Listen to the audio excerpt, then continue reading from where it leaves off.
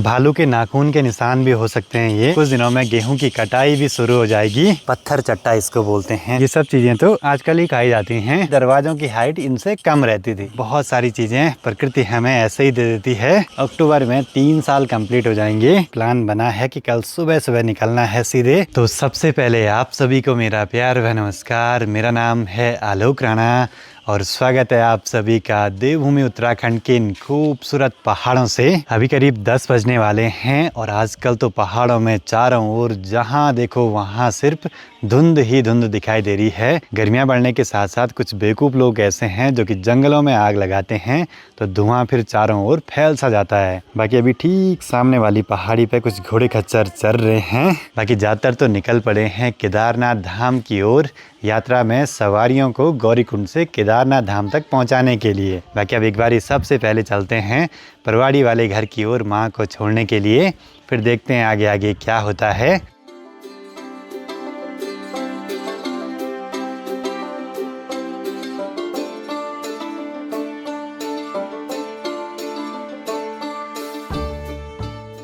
चलो जी, निकल पड़े हैं मनसूना मार्केट से। बाकी यहाँ तो माहौल सुनसान हो रहा है, लेकिन इस साल पता नहीं क्यों पर यात्रा का कुछ भी छंद नहीं बन पा रहा है। मन में बहुत सारे नेगेटिव विचार चल रहे हैं।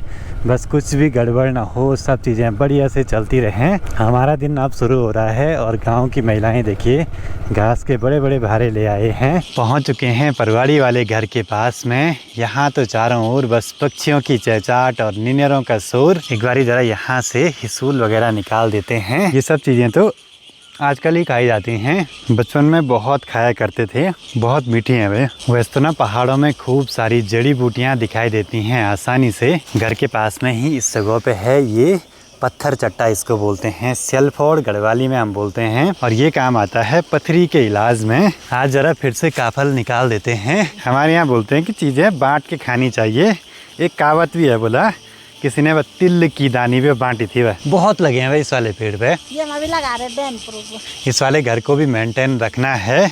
इसकी छत में भी बरसात से पहले डैम प्रूफ करना पड़ेगा हमें, जिससे कि पानी अंदर कमरों में न जाए। पर बहुत कम समय में ही ये घर ना खराब सा होने लगा, ऐसे शैवाल सी जम जाती है। बाकी माँ ने देखिए यहाँ पे ककड़े भी बोए हैं, छोटी छोटी पौध इन थैलों में। और इस घर पे तो देखिए अभी तक धूप नहीं आई है भाई। तो इतना अंतर है इस वाले घर और नए वाले घर में। बाकी आज से यहाँ आंचल लोगों ने भी पूरे खोले की लिपाई कर दी अच्छे से, क्योंकि बस अब कुछ दिनों में गेहूं की कटाई भी शुरू हो जाएगी। एक बारी आप जरा माँ के साथ गौशाला के कामों में मदद कर देते हैं।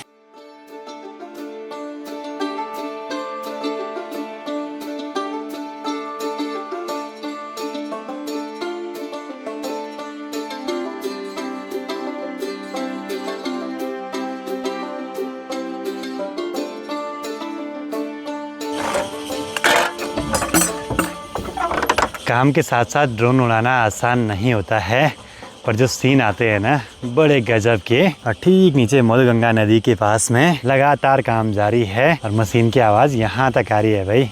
पर यह कि वहाँ सुरक्षा दीवार देना बहुत ज़रूरी है अभी।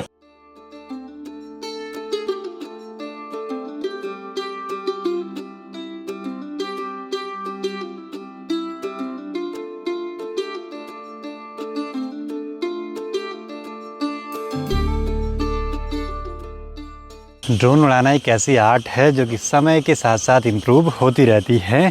और मुझे लगभग ना ड्रोन उड़ाते उड़ाते अक्टूबर में 3 साल कंप्लीट हो जाएंगे। जब तक यहाँ तेज़ धूप नहीं आई तब तक यहाँ के सारे काम पूरे करने ज़रूरी हैं। बस अब इंतज़ार है कुछ समय में ये नाशपाती अच्छे से पक जाएं। लंगूर और बंदर रखेंगे तो दिन शुरू हुआ नहीं कि यहाँ गौशाला पे दरवाजे भी लगा दिए। इतनी तेज़ धूप लग रही है इस वाली जगह पे, कहीं पे धूप अभी तक लगी ही नहीं। बाकी यहाँ पाली और सुरना गांव के आसपास लोगों ने गेहूं की कटाई भी स्टार्ट कर दी। सोचिए शहरों में अब तक कब का कट चुका है गेहूं और यहाँ अब पक रही है फसल धीरे धीरे।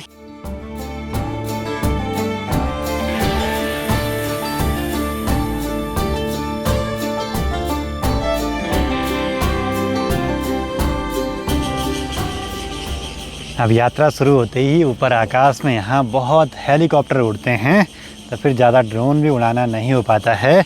कम ही हाइट पे उड़ा सकते हैं।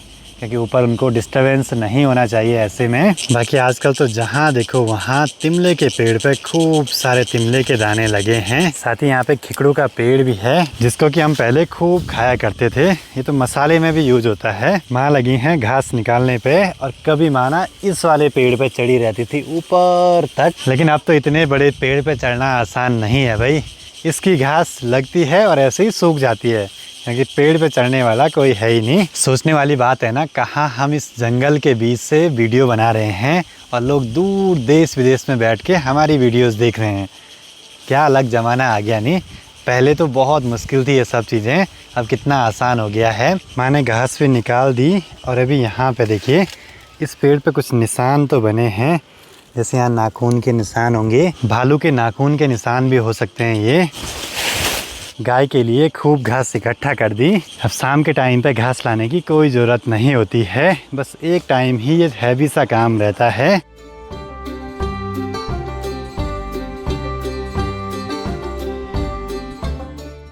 अब यहाँ के काम तो हुए पूरे, धीरे धीरे निकल पड़ते हैं घर की ओर वापसी।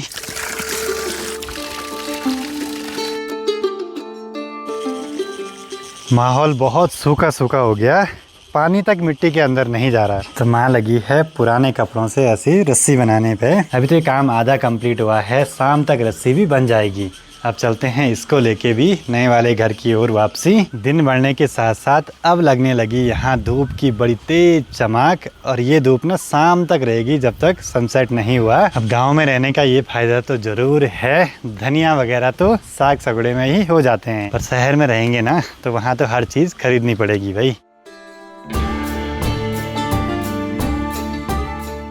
मनसुना में अभी आई है ट्रांसपोर्ट वाली गाड़ी। कुछ समय के बाद मुझे भी सामान मंगवाना है ऋषिकेश से, तो इसी में मंगवाएंगे, फिर सस्ता भी पड़ेगा और मनसुना तक भी पहुंच जाएगा। घर पे बनी इस बांधनी की तराई करना तो बड़ा जरूरी है भाई। एक दिक्कत होने लगी है, बंदर ऊपर छत में जा रहे हैं तार के सपोर्ट से या पाइप के सपोर्ट से, तो पूरे उनके पैरों के निशान दीवारों पे लग रहे हैं। टाइम शाम के अभी 5:30 हो रहे हैं और आसमान में चारों ओर खूब सारे बादल लगे हैं अभी। बाकी माँ पापा यहाँ पे लगे हैं रस्सी बनाने पे, जिसको हम परवाड़ी वाले घर से ले आए थे। तो ऐसे कुछ डबल करा जा रहा है इसको। ये वाला काम तो चलता रहेगा, मुझे निकलना है परवाड़ी वाले घर पे गाय को चारा पत्ती देने के लिए। अच्छी बात यह है कि आज मौसम काफ़ी सही रहा और आज भगवान केदारनाथ जी की डोली यात्रा का ये तीसरा दिन है। अब इस यात्रा में ब्लॉगर इतने ज़्यादा हैं कि यात्रा की पूरी अपडेट टाइम टू टाइम मिले जा रही है लगातार। वैसे प्लान तो था मेरा कि कल के दिन पे केदारनाथ धाम की ओर चला जाए, पता नहीं क्यों पर इस साल ना अजीब सा हो रहा है, कहीं भी जाने का यात्रा करने का मन बिल्कुल नहीं कर रहा है। बाकी अब धीरे धीरे घर पे ना गेहूँ की कटाई करके घर तक ले आने भी लगे हैं ऐसे भारी बना के। चाची ले आई है गेहूँ की भारी,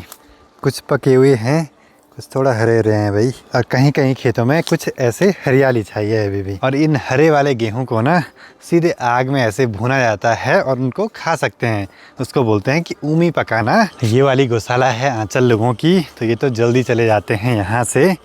बस मैं ही आता हूँ आजकल सबसे लेट यहाँ। इस गौशाला के दरवाजे की हाइट देखिए, मेरी हाइट से भी कम, और पुराने ज़माने के जो घर रहते थे उनके दरवाज़ों की हाइट इनसे कम रहती थी। पहले बोला यहाँ भी बर्फ़ पड़ती थी, तो फिर हाइट कम ही रखते थे घरों की।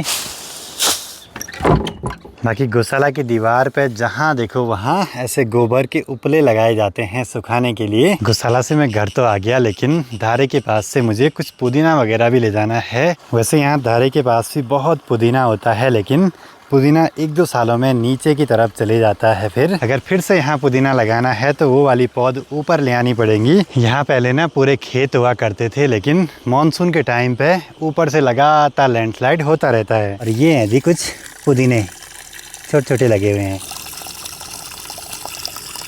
पुदीना स्वादिष्ट तो होता ही है, लेकिन इसके साथ साथ बहुत सारे औषधीय गुणों से भी भरपूर होता है। पहाड़ों में रहने के ये फायदे तो हैं, बहुत सारी चीज़ें प्रकृति हमें ऐसे ही दे देती है। साथ ही यहाँ पे देखिए कीवी का पूरा झालर लगा है। बस थोड़ा सा मेहनत तो हर काम में लगती है।